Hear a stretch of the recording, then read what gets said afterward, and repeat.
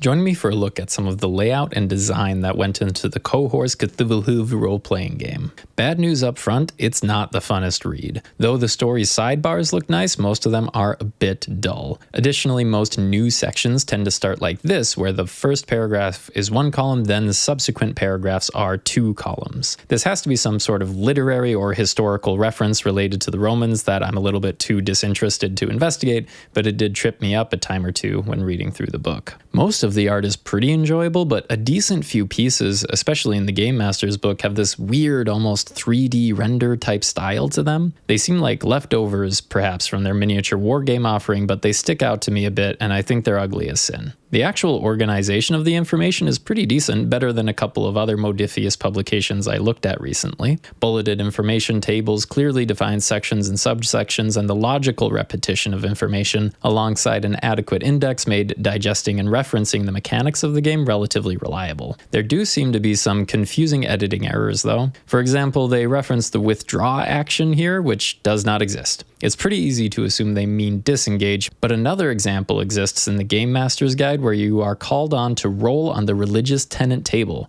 which does not exist anywhere in either book at all. I don't pay much attention to grammatical or spelling issues really, but potential mechanical confusion and a straight up wild goose chase is a little bit more concerning. These were the two that stood out to me. I wouldn't be surprised to hear of more of them. They do both come with ribbon bookmarks, which I always like to see, especially as there's quite a bit of flipping around through the book during character creation.